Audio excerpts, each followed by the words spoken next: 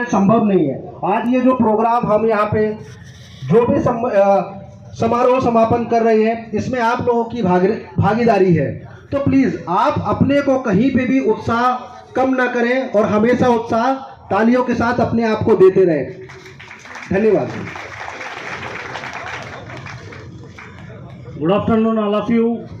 नमस्कार। आवाज नहीं आ रही है। नमस्कार। Good, very good.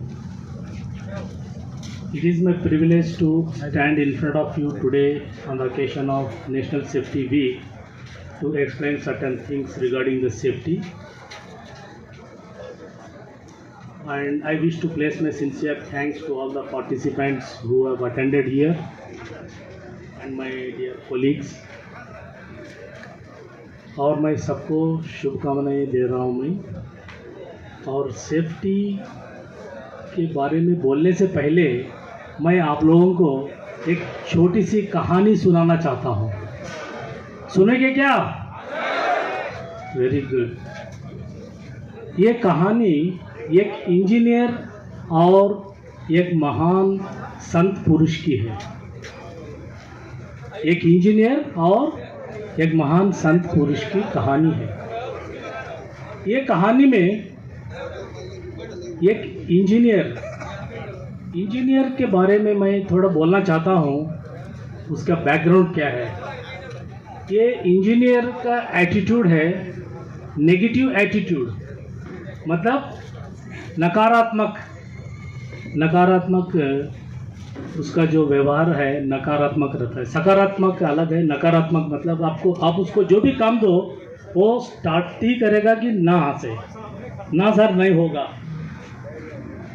उसका एटीट्यूड ऐसा है कि नकारात्मक है और आलसी है, मतलब लेजीनेस। और वो बहाने ढूंढता रहता है। कैसा बहाने बनाऊं, अगर से काम नहीं हुआ तो मैं किसके ऊपर डालूं। फाइंडिंग एक्सक्यूजेस, ठीक है। तो इसके वजह से उसको कहीं पर भी काम पे जाए तो मैक्सिमम 3 to 4 मंथ्स में उसको निकाला दिया जाता है। और उसने भगवान को भी नहीं छोड़ा और भगवान को कोसता रहा कि भगवान तूने मुझे कुछ नहीं दिया, और मेरे साथियों, मेरे दोस्तों और मेरे पड़ोसी है सबको आप बंगला दिया, कार दिया, सब कुछ दिया, और आप तो मेरा नौकरी भी छीन लिया। तो ऐसा ये भगवान से भी कोसता रहा। एक दिन क्या हुआ, उसके गांव में एक ऋषि और एक महान संत पुरुष विजिट करते हैं, आते हैं उनके गांव में। और गांव वाले को सबको पता चलता है कि एक महान व्यक्ति आ रहे हैं तो उनका आशीर्वाद लेंगे बोल के सब लोग आशीर्वाद लेने चलते हैं। ये जो इंजीनियर का फ्रेंड है, दोस्त है, वो भी जाना चाहता है और उसके दोस्त को, इंजीनियर को साथ में लेकर जाना चाहता है। इंजीनियर को पता है कि एक महान व्यक्ति आ रहा है, लेकिन वो जाना नहीं चाहता क्योंकि वो ऐसा सोच विचार करता है, भगवान खुद मुझे कुछ नहीं दे पा रहा है तो भगवान बनाया हुआ इंसान क्या मुझे दे पाएगा, ये उसका सोच था। तो उसके दोस्त को साफ मना कर देता है कि मैं आने वाला नहीं हूँ, जाना है तो तुम जाके आशीर्वाद लेना चाहते हो ले लो, मैं नहीं आऊँगा।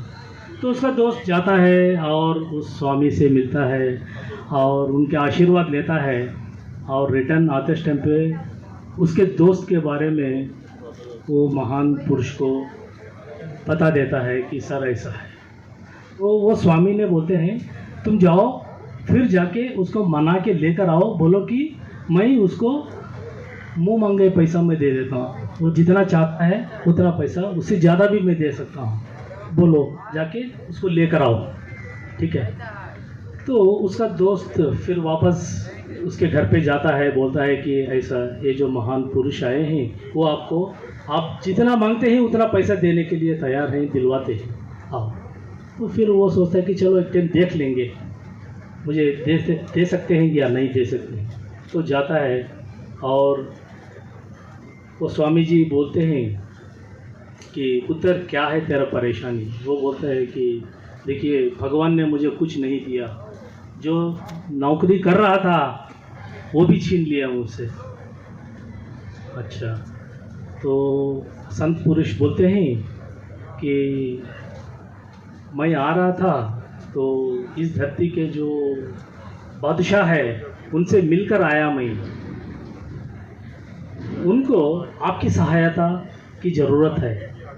वो बोलता है मैं क्या सहायता कर सकता हूँ एक बादशाह का। वो हैरान हो जाता। वो अंध लड़का है, ब्लाइंड बाय बर्थ ब्लाइंड, सो पैदाइश वो अंधा है और उसके 2 किडनीज भी काम नहीं कर रहे, फेल्यूर हो रहे हैं। आप अगर से अपने आंखें और किडनीज अगर से दोगे तो आपको मुंह मांगे पैसा आपको मैं दिलवा सकता हूँ। वो बोलने लगता है स्वामी आप क्या बात कर रहे हो, मैं कैसा दे सकता हूँ मेरे आंखें, मैं कैसा दे सकता हूँ मेरे किडनीज, ये तो मेरे अनमोल है। जब स्वामी जी पूछते हैं बेटा जब मैं तेरे पूछा तू बताया कि भगवान ने मुझे कुछ नहीं दिया, अभी तू खुद बता रहा है जो भगवान ने दिया है वो तो मेरे लिए अनमोल है।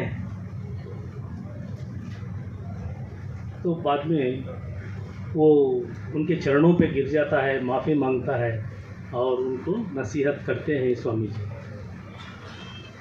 तो ये कहानी मैं आप लोगों को किस लिए बताया हूँ मैं,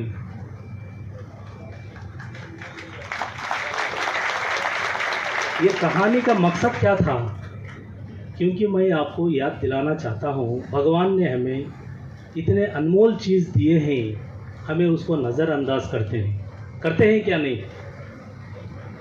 आप मुझे कोई भी एक बंदा खड़कर बताओ आपका हाथ का दाम क्या है, बता पाओगे? या आपका पैर का दाम कितना होगा ये बता दीजिए, एटलीस्ट बता पाओगे? बता पाओगे? नहीं बता पाओगे।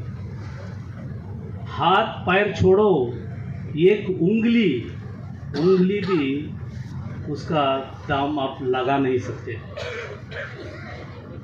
आपके उंगलियों में नाखून है, नेल्स है, ये नाखून आप काटोगे तो नेक्स्ट वीक बढ़ जाता है। अगर से आपका उंगली कट गया या हाथ कट गया या पैर कट गया, आप बताओ क्या वो बढ़ सकता है? बढ़ सकता है? नहीं ना। तो इसलिए हम लोग ये जो भी नियम है, सुरक्षा के नियम, हमारे जो सीनियर ऑफिसर्स है, सेफ्टी ऑफिसर्स आपको बताए हैं कि लिफ्टिंग करना है, शिफ्टिंग करना है और जो भी काम हाइट में करना है, ये सब इसमें क्या क्या नियम पालन करना है, ये सब हमको सिखाते हैं। एक टाइम आपका हाथ या पैर कट गया, आप जाके पूछो किसी को जिसको आंखें नहीं है, उसको पूछो कि उसकी कीमत क्या होती है, वो बता देगा। जिसके पास हाथ नहीं है उसको जाके पूछो कि क्या मुसीबत वो झेल रहा है। इसलिए दोस्तों आप है ना, जो भगवान हमें जो दिया है इसको हमें सेव करना है, ठीक है, और सुरक्षित के पालन नियम करना है। जैसा सुबह में आते हैं हम लोग, जैसा 10 उंगलियां, 2 हाथें, 2 पैर, सही सलामत से शाम को जब जाते हो साथ में लेके जाना है, इधर छोड़ के नहीं जाना है। समझ में आया आपको? तो इसलिए मैं ये कहानी बोलना चाहता था आपको। आप है ना, अगर से दूसरा कोई गलत कर रहा है, ये हमारा कर्तव्य है और उसको सीधा करने के लिए, सुधारने के लिए। तो आप लोग प्रतिज्ञा करो कि हम लोग सुरक्षा का पालन करेंगे। आवाज़ नहीं आ रही। करेंगे या नहीं करेंगे? Right, thank you very much for our department, our management who has given me this opportunity to explain certain things on safety. Thank you very much. Thank you sir. इसी क्रम में आगे बढ़ाते हुए मैं रिक्वेस्ट करना चाहूँगा हमारे संजय कुमार